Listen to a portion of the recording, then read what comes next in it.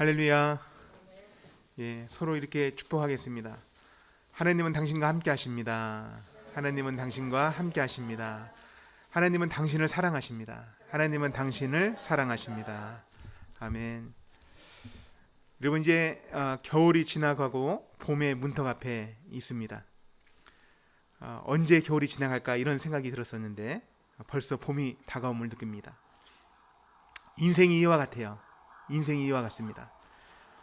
어릴 때는 언제 어른이 되나 생각했는데 벌써 인생의 꽃은 피었고 인생의 꽃이 질 때가 다가오죠. 이런 인생을 살면서 문득 드는 의문들이 있습니다.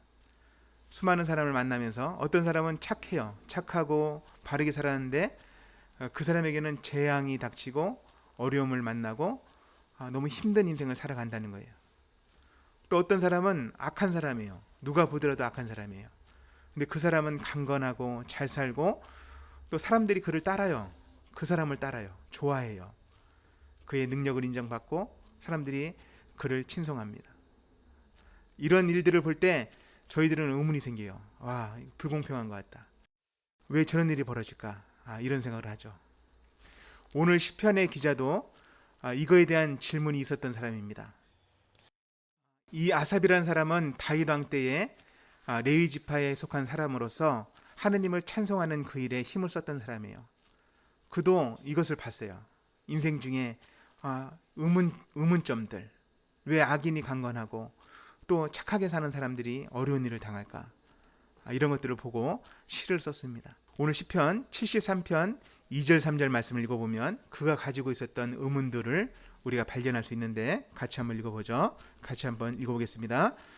나는 거의 넘어질 뻔하였고 나의 걸음이 미끄러질 뻔하였으니 이는 내가 악인의 형통함을 보고 오만한 자를 질투하였음이로다. 이 아삽은 악인들의 형통함을 받고 그들을 보면서 미끄러질 뻔했고 시험 들 뻔했다. 또 분노가 일어나서 신앙이 흔들렸다. 이렇게 말합니다. 마음의 혼란이 일어났고 질투가 일어나고 분노가 일어나고 그래서 넘어질 뻔한 거예요. 그가 봤던 악인들의 모습이 4절부터 나오는데 4절을 한번 읽어보죠. 4절부터 한 10절까지 그냥 편하게 한번 읽어보겠습니다. 같이 읽습니다. 그들은 죽을 때에도 고통이 없고 그의 힘이 강건하며 사람들이 당하는 고난이 그들에게는 없고 사람들이 당하는 재앙도 그들에게는 없나니 그러므로 교만이 그들의 먹거리요 강포가 그들의 옷이며 살찜으로 그들의 눈이 솟아나며 그들의 소득은 마음의 소원보다 많으며 그들은 능욕하며 악하게 말하며 높은 데서 거만하게 말하며 그들의 입은 하늘에 두고 그들의 혀는 땅에 두루 다니도다.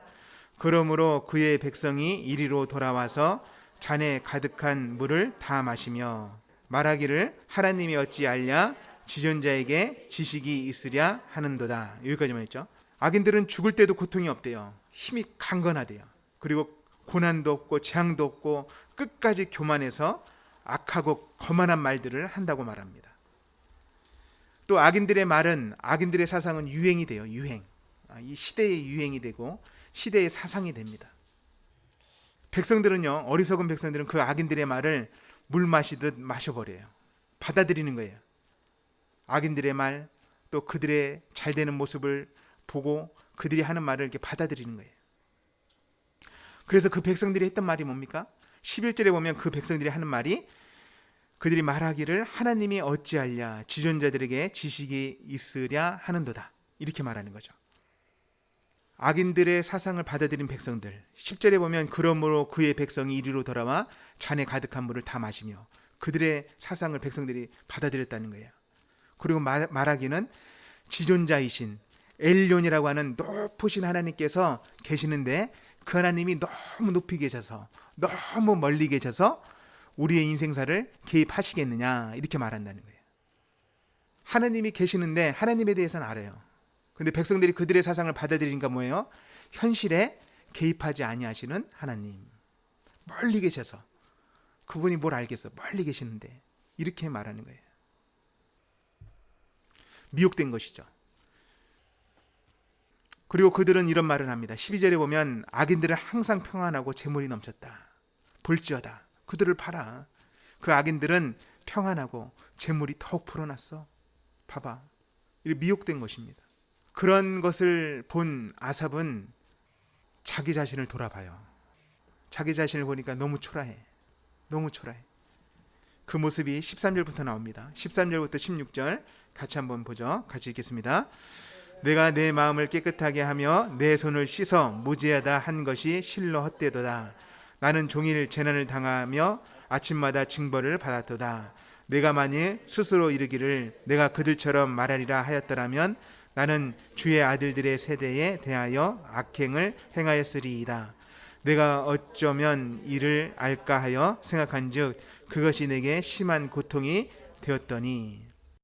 자기는 깨끗하게 살아보려고 마음을 깨끗하게 하고 손도 깨끗하게 하고 하나님 앞에서 죄 없이 살려고 노력을 했는데 그에게 찾아온 건 고통뿐이었어요. 하나님이 나를 작은 실수를 해도 책망하는 것 같고 내 인생에 재앙이 닥쳐오고 어쩔 때는 질병이 찾아오고 말로 표현할 수 없는 어려움들을 당해요. 오해도 받고 사람들이 날 좋아하지 않아. 자녀들이 날 좋아하지 않아. 이런 오해도 받고 그렇게 살아가요. 너무 힘든 거예요. 근데 그는 스스로 하나님을 원망하지 않고 아까 전에 그 백성들처럼 그 악인들의 사상과 악인들의 생각을 따라서 말하지 않았다는 거예요. 생각이 완전히 뒤집어지는 사건이 벌어지는데 그것이 17절 말씀이에요. 17절 말씀 같이 한번 읽어봅니다. 하나님의 성소에 들어갈 때야 그들의 종말을 내가 깨달았나이다. 아멘. 그는 그런 괴로움 속에서도 하나님 앞으로 나가세요. 성소에 들어가서 그는 깨달았어요. 결말을 봤어요. 악인들의 종말이 어떤지 그 결말이 어떤지 그는 본 것입니다. 성소에 들어갔다는 것은 여러 가지 의미가 있죠. 하나님께 기도한 거예요. 하나님 말씀 앞으로 나간 거예요. 그리고 중요한 것은 살아계신 그 하나님을 만난 거예요. 그 하나님 앞에서 그는 자기의 인생의 의문들, 고민들, 심한 고통 이런 것들을 전부 다 해결했습니다. 세상의 모순, 이해할 수 없는 일들, 고민들 이것이 사라진 거예요. 한순간에 사라진 거예요. 악인들의 종말이 어떤지 먼저 말합니다. 18절부터 20절 악인들의 종말에 대해서 말하는데 한번 읽어보죠. 18절부터 읽습니다. 주께서 참으로 그들을 미끄러운 곳에 두시며 파멸에 던지시니 그들이 어찌하여 그리 갑자기 항폐되었는가 놀랄 정도로 그들은 진멸하였나이다. 주여 사람이 깬 후에 꿈을 무시함 같이 주께서 깨신 후에 그들의 형상을 멸시하리이다. 주님께서 그들을 미끄러운 곳에 두신 거라고 말해요. 악인들이 형통한 것은 그들이 미끄러운 곳 위에 서 있는 거예요. 여러분 얼음판에서 넘어져 봤습니까? 생각지도 못하는 순식간에 넘어지지 않아요? 스키장에 가서 한번 안 넘어졌어요? 스케이트장 안 가보셨습니까? 힘을 쓸 수가 없어요. 갑자기 미끄러지는 거예요. 악인들의 형통은 그 미끄러운 곳에 서 있는 모습과 같은 거예요. 자기도 모르게 순식간에 엎어지는 것입니다. 그들의 종말은 그런 것들이 기다리고 있다. 그는 알게 된 것이죠. 하나님께서는 그들을 파멸에 던지실 것이고 그들을 심판하실 것이다. 이것을 아는 거예요. 갑자기 그들은 망하게 될 것이다. 또 사람들이 꿈을 꾸다가 일어나면 그 꿈을 잊어버리는 것처럼 무시하는 것처럼 하나님께서도 그들을 무시하게 될 것이다. 그들은 이 현세에서 이 땅에서 사람들한테 존경을 받고 잘 나가고 평안하게 잘 사는 것 같지만 하나님 앞에서는 멸시를 당할 것이며 진멸당할 것입니다. 그것을 그는 알게 된 거예요. 확신하게 된 거예요. 뭘 안 것입니까? 하나님의 심판. 그것을 안 것이에요. 그는 성소에서 하나님을 만났을 때 악인들의 심판만 안 것이 아니라 하나님께서 자기 인생에 행하신 일, 그것도 알게 되었습니다. 자기 인생 가운데 행하신 일과 앞으로 행하실 일, 그것이 21절부터 24절인데 같이 한번 읽어봅니다. 같이 읽겠습니다. 내 마음이 산란하며 내 양심이 찔렀나이다. 내가 이같이 우매무지함으로 주 앞에 짐승이 오나 내가 항상 주와 함께하니 주께서 내 손을 붙드셨나이다. 주의 교훈으로 나를 인도하시고 후에는 영광으로 나를 영접하시리니.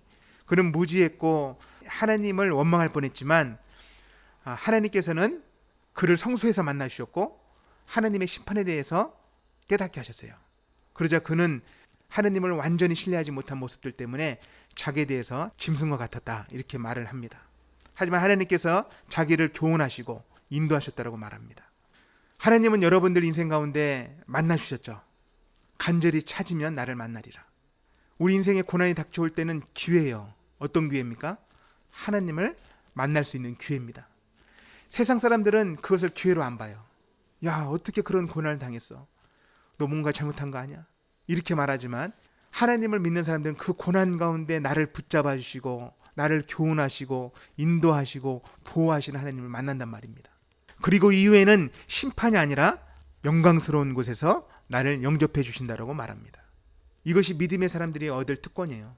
미래의 그날 악인들은 심판을 받을 것이지만 멸시를 당할 것이고 진멸당할 것이지만 의인들은 하나님께서 영접해 주실 거예요.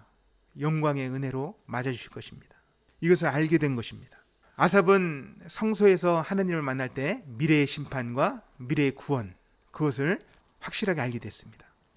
공의로우신 하나님, 사랑의 하나님, 그 하나님을 그는 깨달은 것입니다. 이제 그는 하나님을 찬양합니다. 25절 말씀 읽어보죠. 25절, 하늘에서는 주 외에 누가 내게 있으리요, 땅에서는 주밖에 내가 사모하리가 없나이다. 그는 이제 하늘과 땅에 하나님밖에 없다라고 선포합니다. 주님만 의지의 대상이요 사랑할 이라고 말합니다. 아멘. 주님만 사랑하십시오. 주님만 의지하십시오. 하늘과 땅에는 주님밖에 없습니다. 26절부터 27절까지는 다시 구원과 심판에 대해서 찬양하죠. 먼저 구원을 말하죠. 26절, 내 육체와 마음은 쇠약하나 하나님은 내 마음의 반석이시요 영원한 분기시라. 구원을 말합니다. 나는 점점 약해질 거예요. 우리는 점점 약해집니다. 꽃은 시들고 하나님 만날 날이 다가와요. 힘은 약해져요. 내 마음도 약해집니다. 하지만 하나님은 나의 반석이시며 영원한 몫이 됩니다. 하나님은 나의 분기시예요. 하나님은 나의 기업입니다. 아멘이십니까? 세상 사람들, 악인들은 자기의 소유물이 자기의 분기시예요. 자기의 기업이에요. 근데 우리는요, 하나님이 우리의 분기시요, 우리의 기업이요, 우리의 몫이에요. 이것이 그가 받은 은혜예요. 아삽이 받은 은혜예요. 우리가 받은 은혜예요. 27절에 보면 무릇 주를 멀리하는 자는 망하리니 음녀같이 주를 떠난 자는 주께서 다 멸하셨나이다. 이것은 악인들의 형통을 보고 따라간 사람들, 또 악인들 다 해당되는 말이에요. 그래서 주를 멀리하는 거예요. 악인들의 사상을 물먹듯이 받아들이고 높이 계신 하나님은 인생에 개입하지 않아. 이렇게 말하는 사람들, 하나님은 뭘 알겠어? 멀리 계시는데. 이런 사람들은 주를 멀리할 것이고 그들은 망할 것입니다. 이 사람들은 하나님의 이름은 알아요. 하지만 하나님을 의지하진 않아요. 왜요? 현실에서 하나님이 뭘 도와줘? 내 힘으로 사는 거지. 아니면 사람이 도와줘야지. 내가 사람을 잘 만나야지. 사람을 의지하거든요. 그러니까 하나님을 가까이 하겠어요? 기도 자리에 나가겠어요? 성소에 들어가겠냐고요? 안 들어가죠. 그들은 하나님 앞에서 멸망을 받을 것입니다. 음녀같이 주를 떠난 자들. 결국은 그들은 음녀처럼 주를 떠나요. 주를 떠납니다. 마지막으로 이제 그는, 아삽은 신앙 고백을 하는데 28절 말씀 읽어봅니다. 같이 읽습니다. 하나님께 가까이함이 내게 복이라. 내가 주 여호와를 나의 피난처로 삼아 주의 모든 행적을 전파하리이다. 하나님을 갖게 하는 것이 가장 좋은 것이요, 토부라고 말합니다. 가장 좋은 것이다. 그리고 복이라고 고백합니다. 같은 단어입니다. 하나님을 피난처로 삼아서 하나님께서 내 인생에 행하신 일, 과거, 현재, 미래에 행하실 그 일을 내가 전파하겠다라고 말합니다. 그래서 다짐하면서 마무리하는 것이죠. 여러분, 그리스도인들이 왜 하나님에 대해서 전파하고 하나님을 알리고 예수님을 알리고 십자가를 말하고 복음을 말합니까? 왜 그렇죠? 내 인생 가운데 행하신 일 때문에 그래요. 완전히 죄인인데 나를 사랑해 주시고 건져 주셨어요. 그리고 현재 나와 함께 하십니다. 내가 어려울 때마다, 내가 기도할 때마다 만나 주시죠. 집에서 기도해도 만나 주시고, 기도의 골방에 들어가서 기도할 때도 만나 주시고, 말씀을 볼 때도 감동을 주시고, 현재 만난 그 하나님, 미래에 나한테 분깃을 주실 나의 분깃이 되신 그 하나님, 그 하나님 전파하는 거예요. 우리가 믿는 하나님은 살아계신 하나님이기 때문입니다. 오늘 말씀에서 꼭 기억할 것은 무엇입니까? 여러분의 인생 가운데 어려움이 닥쳐와도 그럼에도 불구하고 성소로 나가야 된다는 거예요. 거룩한 장소로 나가야 된다는 거예요. 하나님이 계시는 곳으로 나가야 된다는 거예요. 하나님을 만날 때 내 의문점들은 사라집니다. 나는 왜 이렇지? 내 인생은 왜 이래? 그 의문이 풀려요. 인생을 살다 보면 알 수 없는 일, 억울한 일도 당하죠. 어쩔 때는 작은 잘못을 했는데 큰 징벌이 다가올 때도 있습니다. 그런 의문들이 풀어집니다. 내 몸에 찾아온 질병들의 의문도 풀어집니다. 이런 의문들은 내 생각으로는, 내 상식으로는 풀리지가 않아요. 암만 고민해도 풀리지 않아요. 내가 뭐가 문제였지? 내가 뭘 잘못했지? 풀리지 않아요. 하나님을 만날 때 답을 찾습니다. 그러니 성소로 들어가는 거예요. 성소에 나가야 돼요. 아삽처럼 성소에 나가는 은혜가 있기를 축복합니다. 어떻게 성소로 나갈 수 있습니까? 예수님을 의지할 때예요. 히브리서에 보면, 히브리서 10장 19절 보면, 그러므로 형제들아 우리가 예수의 피를 힘입어 성소에 들어갈 담력을 얻었나니 그 길은 우리를 위하여 휘장 가운데 열어놓으신 새로운 살 길이다 말합니다. 예수님께서는 십자가에서 자기 몸을 찢음으로 누구든지 죄인이라도 하나님께로 나갈 수 있는 길을 열어놓으셨다. 낙심이 되고 기도가 안 될 때도 예수님의 십자가를 바라보십시오. 그분께서 도살장의 어린 양처럼 나를 하나님 앞으로 인도하기 위해서 자기 몸을 찢으셨어요. 자기의 생명을 쏟으셨어요.